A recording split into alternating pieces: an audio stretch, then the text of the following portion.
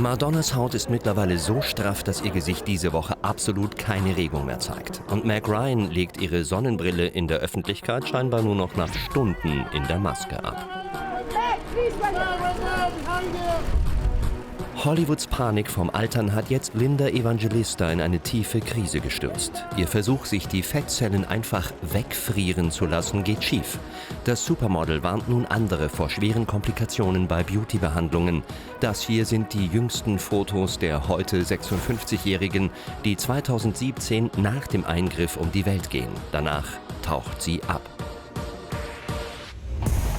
Doch was genau ist schiefgegangen? Das fragen wir Dr. Cat, eine der angesagtesten Beauty Docs in Los Angeles. Sie warnt schon lange vor dem Eingriff, der Linda Evangelista entstellt haben soll.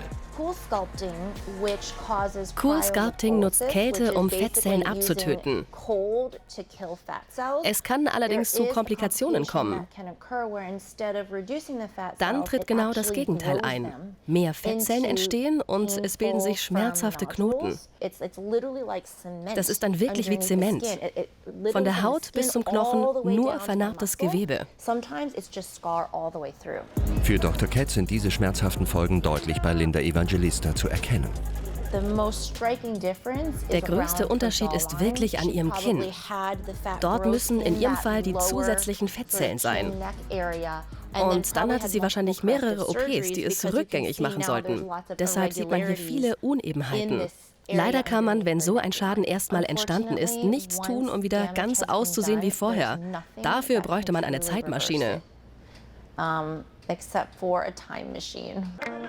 Altern im Showbusiness, das beschäftigt auch die deutschen Promis. Bei der Eröffnung des Restaurants Mio in Hamburg staunen wir, wie offen sie mit diesem Thema umgehen. Sogar Lindas Eingriff, das Cool Sculpting, ist hier nicht unbekannt.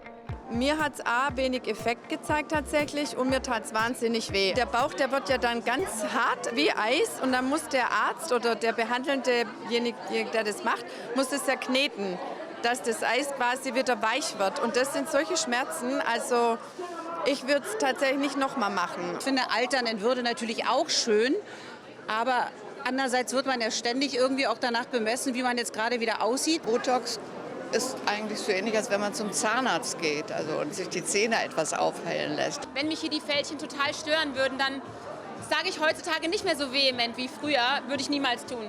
Weil ich einfach in diesem sehr, sehr oberflächlichen Job arbeite. Auch Linda Evangelista hat jahrelang in diesem Business ganz oben mitgespielt. Verdient als berühmtestes Supermodel der 90er Jahre Millionen. Ihr Beauty-Geheimnis beschreibt sie 2008 mit 43 noch so. Kein Alkohol, keine Zigaretten. Ich versuche sehr gesund zu essen und viel Wasser zu trinken. Und dann habe ich noch meine ganzen Produkte und Cremes. Die liebe ich. Doch das scheint irgendwann nicht mehr zu reichen. Und das Angebot an Schönheitsbehandlungen ist endlos. Selbst Supermodel-Kollegin Cindy Crawford gibt vor kurzem zu, wie sehr ihre Falten sie beschäftigen. Dann siehst du dich selbst riesig groß auf dem Monitor mit jeder Falte und jeder Pore und denkst, wow, sehe ich echt so aus? Ich habe dann am Set gefragt, ob sie das Licht besser einstellen können, aber im echten Leben geht das ja leider nicht. Doch Cindy Crawford ist eins der Supermodels der 90er, die bis heute dick im Geschäft sind. Gerade erst eröffnet die 55-Jährige die Savage Fenty Modenschau von Rihanna.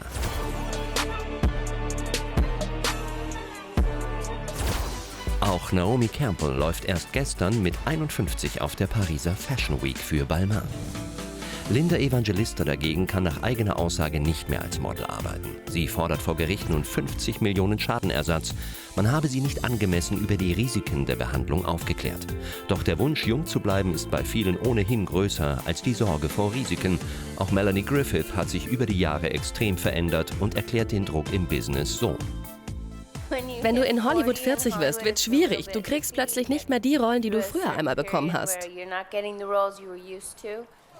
Und so gibt es in Hollywood auch kein Mindestalter für diesen gefährlichen Wunsch nach Perfektion. Das merken wir auch in unserem Interview mit Dr. Cat. Wenn Sie sagen sehr jung, was meinen Sie da? Wenn jemand mit Anfang 20 zum Beispiel schon Botox will. Oh, also 20er sind für mich nicht jung. Ich dachte, Sie meinten jetzt so 16. Ich habe ein paar junge Patienten am Ende ihrer Teenagerjahre oder in den frühen 20ern.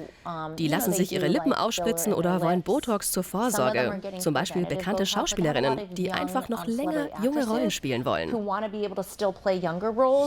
Dieser Beauty-Wahn hat Heidi Montag mit Anfang 20 sogar fast ihr Leben gekostet. Sie wird durch die Reality-Serie The Hills berühmt. Die Sendung zeigt das Leben der superreichen Kids in Beverly Hills. Bis zu $10 Millionen verdient Heidi als Serienstar pro Jahr. Der plötzliche Ruhm und Reichtum steigen ihr damals zu Kopf.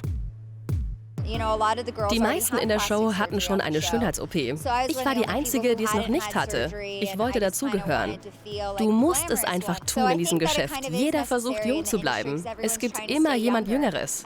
Es zählt nur dein Aussehen. 10 Eingriffe an nur einem Tag, 16 Stunden Vollnarkose, kosten $300.000. Das Fernsehen begleitet sie damals, doch aus ihrem Traum von Perfektion wird ein nicht endender Albtraum. Ich sah aus, als wäre ich vom Zug überfahren worden. Mein Gesicht war angeschwollen und blau. Ich konnte mich nicht bewegen, weil meine Beine so geschwollen waren. Ich konnte monatelang nicht mal alleine auf Toilette.